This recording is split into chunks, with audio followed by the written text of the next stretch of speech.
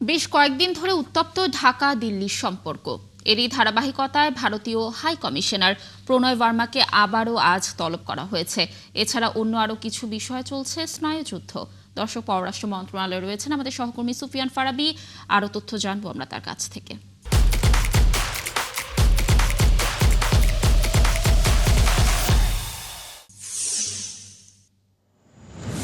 ফারাবী, বাংলাদেশ ভারত সম্পর্ক তো একটা টানাপোড়েন চলছে। কি তথ্য রয়েছে আপনার কাছে এই বিষয়ে জানাবেন। কূটনীতিকরা কি বলল জানাবেন সেখানকার সর্বশেষ পরিস্থিতি।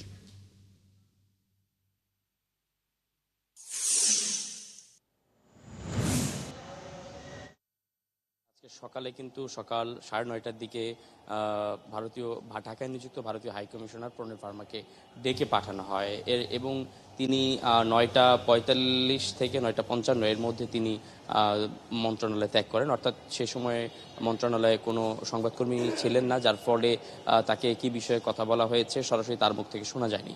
তবে কিছুক্ষণ পরেই আমরা দেখতে পেলাম যে পররাষ্ট্র মন্ত্রণালয়ের পক্ষ থেকে একটি বিবৃতি দেওয়া হয়েছে। সেখানে বাংলাদেশের যে দিল্লিস্থ বাংলাদেশের যে হাইকমিশন রয়েছে সেখানে হামলা তথা সেখানে অপ্রত্যাশিত বিক্ষোভ এবং কলকাতায় বাংলাদেশ উপ হাইকমিশনের সামনে বিক্ষোভ এবং শিলিগুড়িতে যে ঘটনাটি ঘটেছে শিলিগুড়িতে একটি অবাংলাদেশি প্রতিষ্ঠান অর্থাৎ একটি ব্যবসায়িক প্রতিষ্ঠানকে বাংলাদেশি ভিসা সেন্টার হিসেবে তাদেরকে কার্যক্রম পরিচালনা করতে দেওয়া হয়েছিল এবং সেটির সামনে ব্যাপক বিক্ষোভ হয়। বাংলাদেশে যে হিন্দু যুবক মৃত্যুবরণ তাকে হত্যা করা হয়েছে সেই ঘটনাকে কেন্দ্র করে মূলত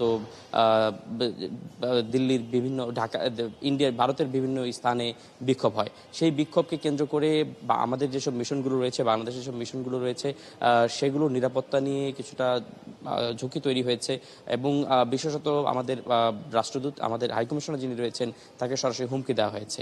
এই সমস্ত বিষয়গুলো বাংলাদেশের জন্য খুব বিব্রতকর। এই সমস্ত বিষয়গুলো তাকে স্পষ্ট করে জানাতেই আজকে সকালে প্রণয় ভার্মাকে ডেকে পাঠানো হয় এবং তাকে স্পষ্ট করে বলে দেওয়া হয় আসলে বাংলাদেশ ভারত সরকারের কাছ থেকে যেই জেনেভা কনভেনশন অনুযায়ী যে ভিয়েনা কনভেনশন অনুযায়ী যেসব চুক্তি রয়েছে সেগুলো মেনে চলার আহ্বান জানান এবং আমাদের যে সমস্ত মিশন রয়েছে সেগুলোর পর্যাপ্ত নিরাপত্তা ব্যবস্থা নিশ্চিতের আহ্বান জানান। এর সাথে জানিয়ে রাখি যে গত 10 দিনে এ নিয়ে দুবার। সুফিয়ান, ধন্যবাদ আমাদের সাথে যুক্ত থাকার জন্য। আপনি থাকুন সেখানে, নিশ্চয়ই আমরা আবারও আপনার সাথে যুক্ত হব।